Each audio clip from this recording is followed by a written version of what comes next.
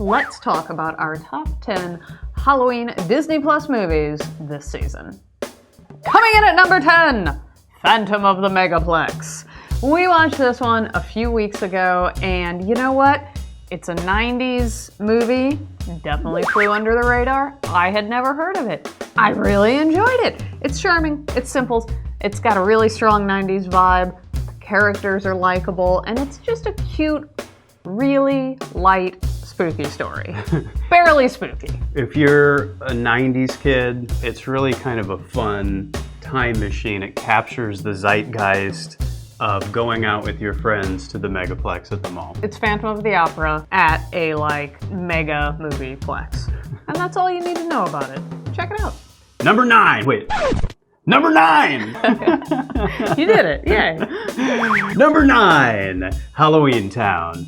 Halloween Town mostly is enjoyable because of how harmless it is. Absolutely. It's like a Halloween classic. I feel like a lot of kids grew up watching Halloween Town on Disney Channel. It's a Disney Channel original movie. A lot of these are. Halloween Town, Harry Potter before Harry Potter was cool. Yeah, I'm a witch, what? Yeah, that's the plot. That's it. Yeah, that's all you need to know. So, number 8, The Haunted Mansion, the 1993 version. The Eddie Murphy movie, it is totally underrated. Didn't get much fanfare when it came out, actually probably got panned a little bit, but we watch it every year. We really enjoy it. Eddie Murphy's spot on for it. The whole cast is, really. I really enjoy it. There's some ride references in there for the fans, but it's got its own unique storyline, and it's definitely worth a watch. I like the ambience that it creates. I like the imagery. I like the colors.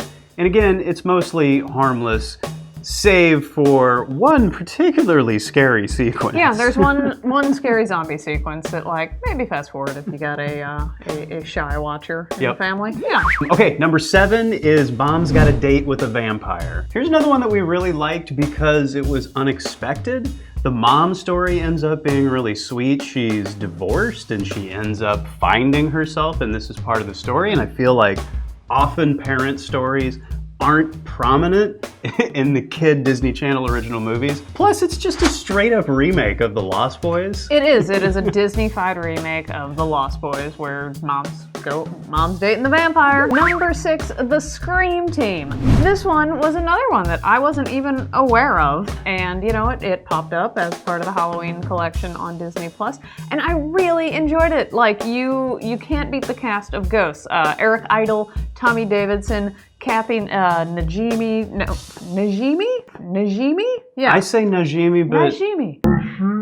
You probably know her as Mary from Hocus Pocus. It's adorable. Kids trying to solve a ghost mystery. It was cute.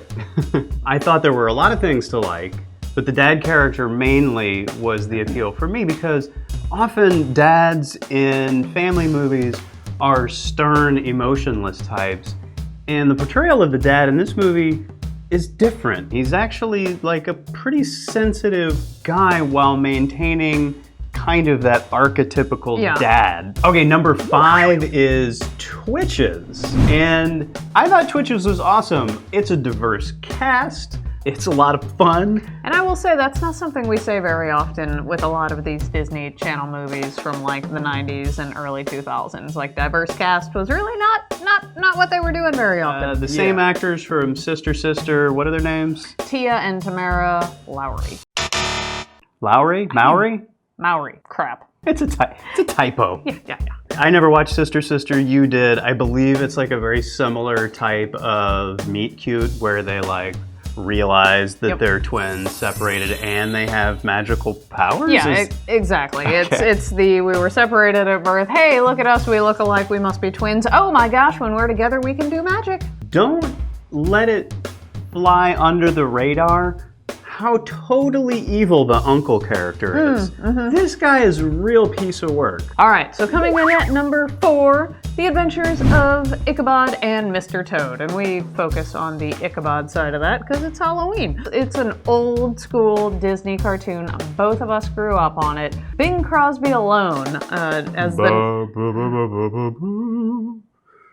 You can't even tell the difference between Drew and Bing Crosby. But yeah, no, Bing Crosby as the narrator and singer, it's worth your ticket, worth the price of admission alone, folks. A fun thing about it is that after repeated viewings, you start to notice that Ichabod Crane is a real asshole. Like, he's the bad guy of this story, and while Brom Bones is not exactly a protagonist, he's definitely not the bad guy that the story kind of makes him out to be. Number 3 is The Nightmare Before Christmas. How could we leave this one off the list? This one, to me, is the beginning of the season of holidays. This movie, I'll admit, is a little teensy bit boring. I mean, it's paced. It's paced, okay? Yeah. To me, that's part of its charm. Yeah, you're not there for the story. You're there for the characters and just how it looks visually. It's just, no one had done anything like that when it came out. And in my opinion, no one's really done it that way since.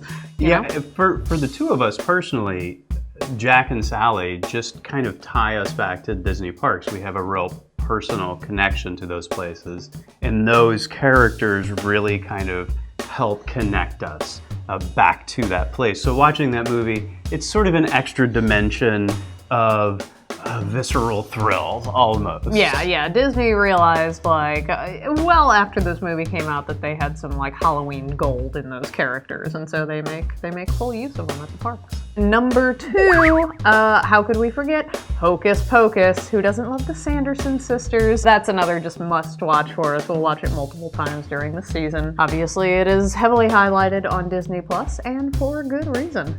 I feel like this is a lot of people's favorite Halloween movie. And I feel like with Disney, you have a lot to choose from. And Hocus Pocus, with each passing year, I feel like gains a little bit more cult popularity. And now it's like, if you go to any Disney parks around Halloween time, you're definitely going to see some Hocus Pocus references. Something to watch for in this movie is, for a movie that was made in the 90s, it holds up really well. There's not a lot in this movie that is cringy beyond the fact that, like teenagers doing cringy teen things. They do call her boobs yabos. That's bad. But overall, this is a movie that I think holds up to modern viewing. Frankly, I'm gonna start calling boobs yabos more. I like it. You want to do number 1? I'll do number 1. All right. Number 1 is Muppets Haunted Mansion. Brand new, but we absolutely love it. We've watched it multiple times. It's a big winner. This is original content for Disney Plus. It's like the perfect length because it's only about an hour, and it is absolutely loaded wall to wall with references from Disney's history, but also park history as well. So if you're a fan of the Haunted Mansion ride and you're a fan of the Muppets, this is kind of a nerd dream come true. Great music, great cameos. There's a ton to love. If you would like to support us, thumb, sub, bell. Lori, Drew, farewell.